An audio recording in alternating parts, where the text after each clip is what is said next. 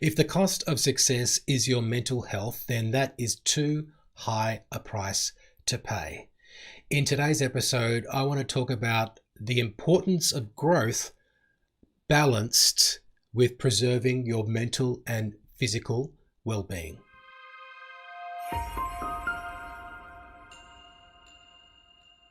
Hello, welcome to episode 164 of Commercial Real Estate Leadership. I'm your host, Darren Krakowiak, and my job is to help commercial real estate leaders grow their business sustainably. And sustainably is the key word today, as we're talking about burnout.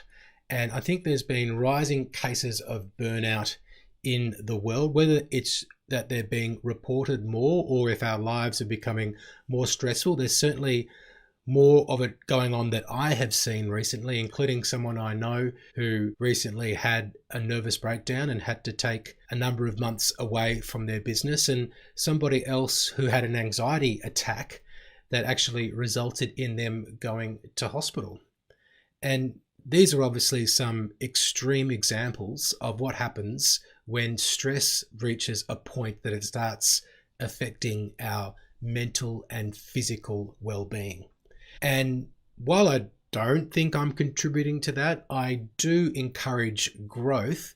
And I think that can make some people feel perhaps pressure, or they may conflate the need to grow with the need to work themselves into the ground. So I just want to reframe what it means to grow a business and to be successful while also having the balance in your life to ensure that you're taking care of yourself mentally and also physically. So I want to first of all just let you know a few of the signs that burnout is approaching or coming, or something that you can look out for, whether it's in yourself or in somebody else. One thing is chronic fatigue. So when people are feeling extremely tired, when they don't have the energy that they used to have, this feeling of enduring exhaustion, that can be a sign of burnout in its early stages. A lack of motivation, when people don't have the drive to perform, when their motivation diminishes, when they don't have, I guess, the intrinsic satisfaction that comes from doing the things that they used to do, and doing little things that used to come easily starts feeling like a burden, that can be an early sign of burnout.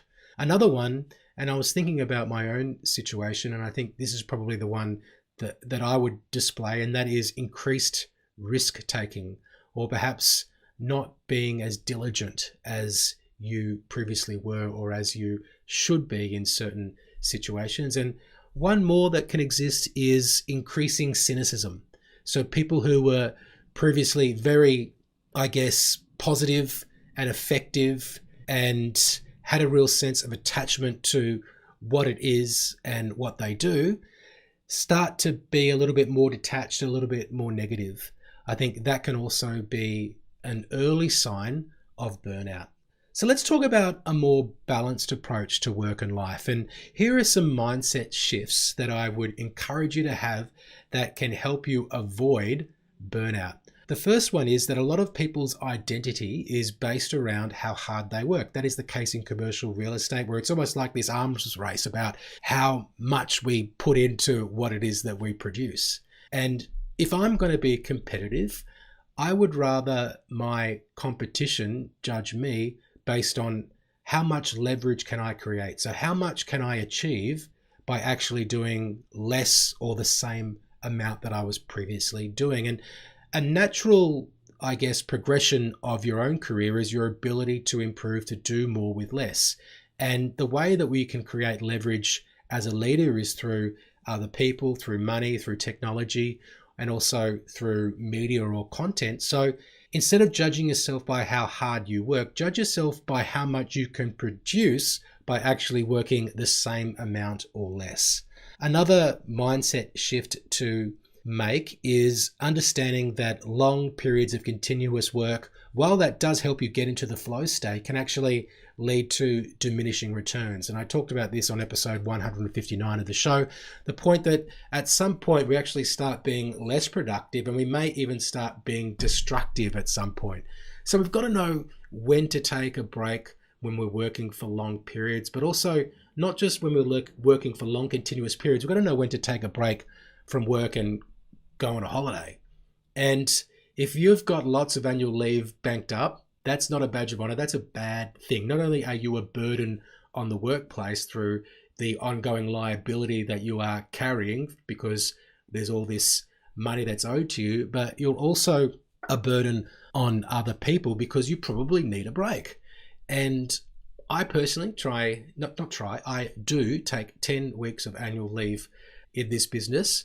And that's one of the perks, I guess, of running my own business, is that I get to choose how much leave I get. And I've achieved that over the last 2 years of the business. 4 weeks in Thailand, 3 weeks in Korea, 1 week in Hawaii, and 2 weeks in Singapore and Malaysia.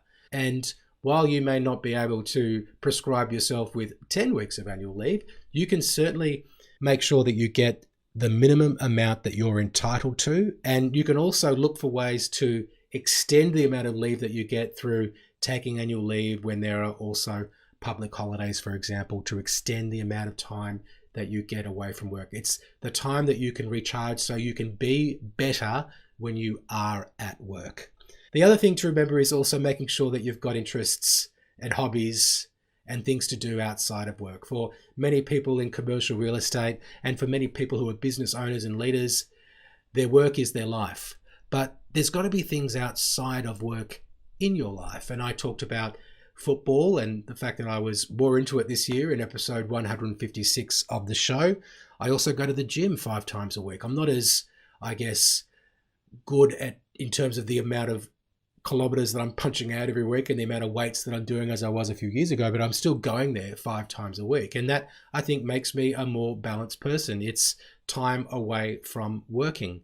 Find out what it is for you that you can have an interest in, that you can commit to yourself, that you can have for yourself to be able to take some time away from work so you're not just working all the time.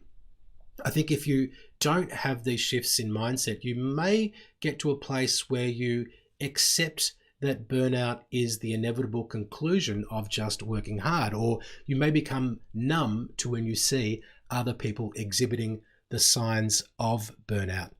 If you're at risk of that, a few things that I want you to remember. Number one is you've got to take responsibility for yours and other people's well-being. You can do that through technology, like if you've got a smartwatch, every hour it tells you to stand up if you haven't stood up, and you can take that as a note to step away from your screen, just to take a bit of a mental health break. You can also monitor your diet. You can have a look at your heart rate, at the quality of the sleep that you are getting. These are all ways that technology can help you measure your well-being. You can also look out for negative self-talk. So if you find yourself saying harsh and nasty things to yourself, then that's not going to improve your mental health. That's not going to get you closer to physical well-being. So be a little bit kinder to yourself and make sure that you're saying things to yourself that are positive. And if you find yourself speaking in a way to yourself that you would never speak to anybody else or say out loud because it's so harsh, then you need to start more intentionally talking to yourself in a positive way. And the other thing I would say about our attention and our focus and our mindset is what you consume impacts the way that you think and feel. And with everything that's going on in the world right now, it's easy to get distracted by negative news, strong opinions, things that can, I guess, make you feel negative emotions. And if you find yourself getting distracted by the news, by social media, then you need to take steps to take yourself away from that content.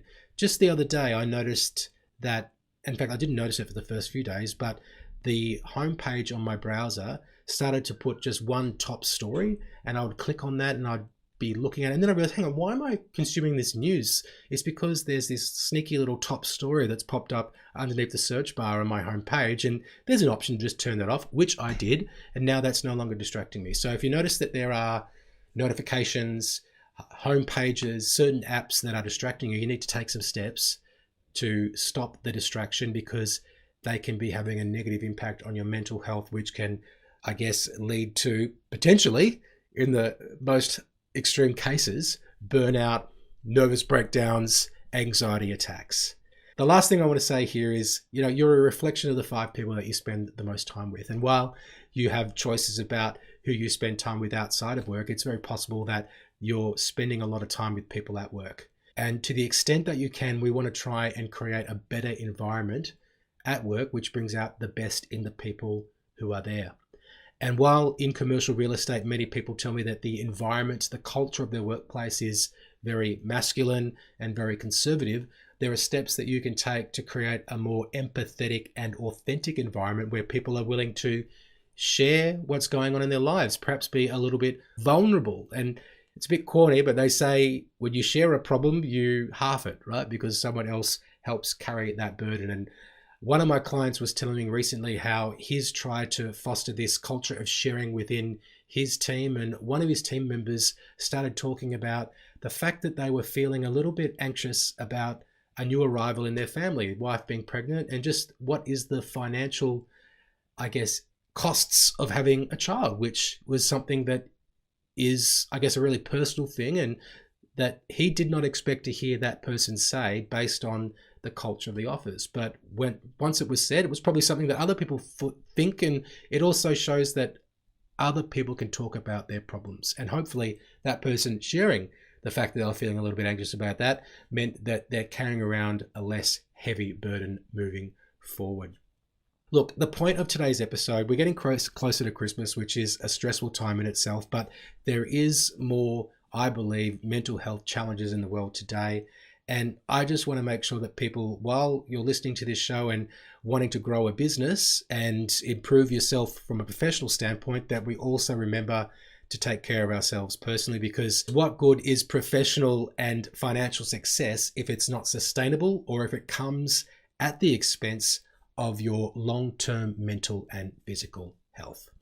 Now, before we wrap up today, I do want to remind you of our free guide for commercial real estate leaders, which is called Multiplied Growth. And you may say, well, hang on, you've just been talking about stopping burnout. Why are you now pushing this growth agenda? Well, the way that I want to help my clients and people in my community to grow their business is not by working so much, by having a business that works. Not by doing all the work themselves, having a team that can help them do the work. Not by working with any client, but working with clients that you actually want to work with. That's what Multiplied Growth is all about. And you can grab your free copy at cresuccess.co/growth. That's our episode for today. Thank you so much for listening, and I will speak to you soon.